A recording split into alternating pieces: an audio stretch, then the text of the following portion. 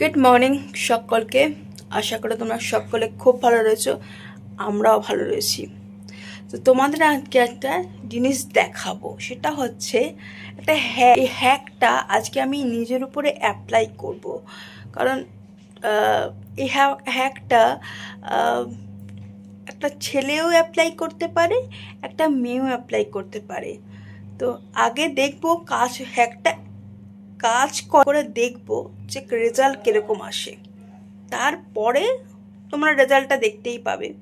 আমি বিফোর কি আছে অবস্থা দেখাবো এবং আফটার রেজাল্টটাও দেখাবো। ওই যে বাবা এসে গেছে। তো কি এনেছো? ওর মার জিনিস। আচ্ছা, কি এনেছো?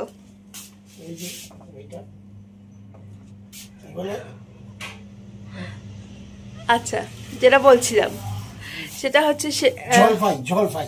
তো যেরকম আজকের দিনটা কাটাবো, সাথে হ্যাকটা থাকবে, দেখতে থাকো ব্লগটা। তো এখানে মা সকালে চা করে রেখেছে, আমি আর মা এখন চা খাবো, আর সাথে বিস্কুট আছে। একটা চা মার আর একটা চা আমার।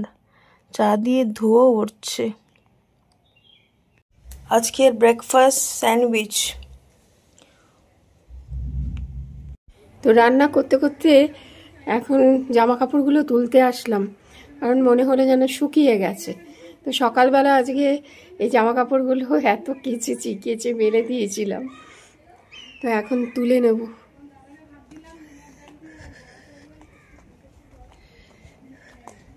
এই ব্ল্যাঙ্কেটটা না প্রচুর ময়লা হয়েছিল, ওই জন্য ব্ল্যাঙ্কেটটা কাচবো করে অনেক দিন ধরে ভাবছি কাচাই হচ্ছে না। তো কালকে একটু ভিজিয়ে রেখেছিলাম, আজকে সকালবেলা এই ব্ল্যাঙ্কেটটা কেচে দিয়েছি। সকাল সকাল পুজো দেওয়া হয়ে গেছে, আর প্রত্যেক দিনের মতো ঠাকুরকে স্নান করিয়ে ফুল দিয়ে সাজিয়ে দেওয়া হয়েছে। আজকে মোটামুটি ফুল পাওয়া গেছিলো, আর আজকে ফল দিয়ে পুজো দেওয়া হয়েছে। তো মা এখন মাছ ভাজছে। আজকে কাটা পোনা মাছ এনেছে বাবা বাজার থেকে।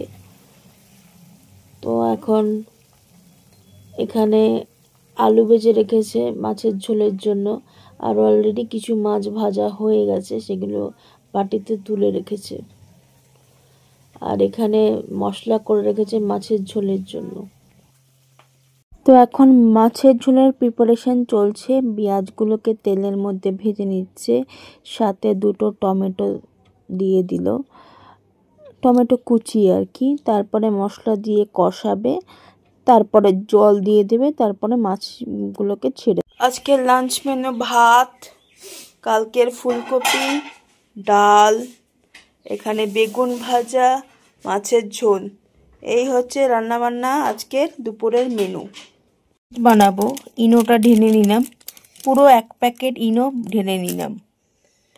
এর মধ্যে এবারে পেস্ট দেব, ঘরে যা পেস্ট আছে সেই পেস্ট দেব।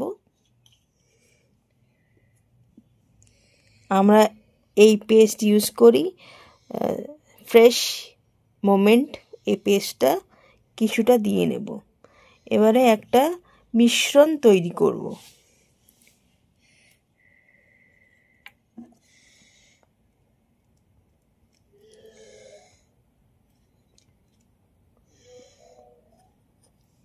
ব্যাস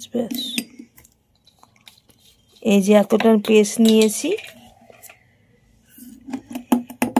এবারে মা মিশ্রণটা তৈরি করে নেবে। একটু জল দিলাম, নইলে একদম শুকিয়ে গেছিল, এরকম ফেনা হয়েছে। এবারে গুলে নিচ্ছি। এ দেখো আমার কৌনইয়ের অবস্থা দেখেছো, কালো হয়ে কিরকম হয়ে গেছে।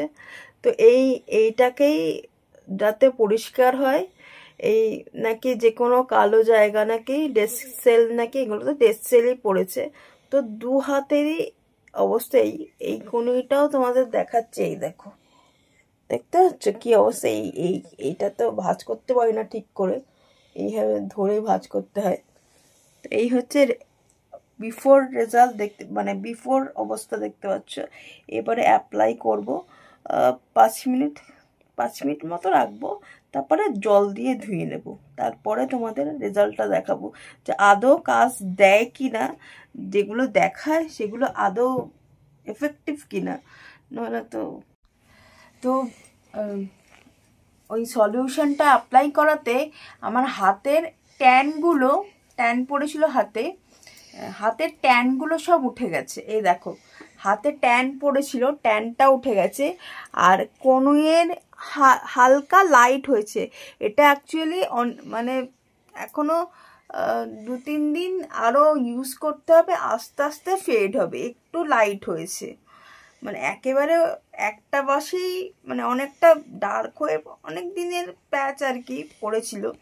তো একটা বাসে হবে না, একবার অ্যাপ্লাই করলেই রিমুভ হবে না, এখনো 3-4 বার দিতে হবে, তারপরে আশা করি এটা উঠে যাবে। আজকে দিয়ে যেটুকু বুঝলাম, তো হ্যাকটা কাজ করেছে। I am very much satisfied with the heck. বেশি ঝামেলার নয়, ইনোটা শুধু কিনতে হয়েছে, ঘরের পেস্ট দিয়েই হয়ে গেছে। আর কেমন লাগলো হ্যাকটা, আর ভিডিওটা কেমন লাগলো জানিও। আর আরেকটা ভিডিও নিয়ে আরেকদিন দেখা হবে। বাই বাই, ভালো থেকো সবাই।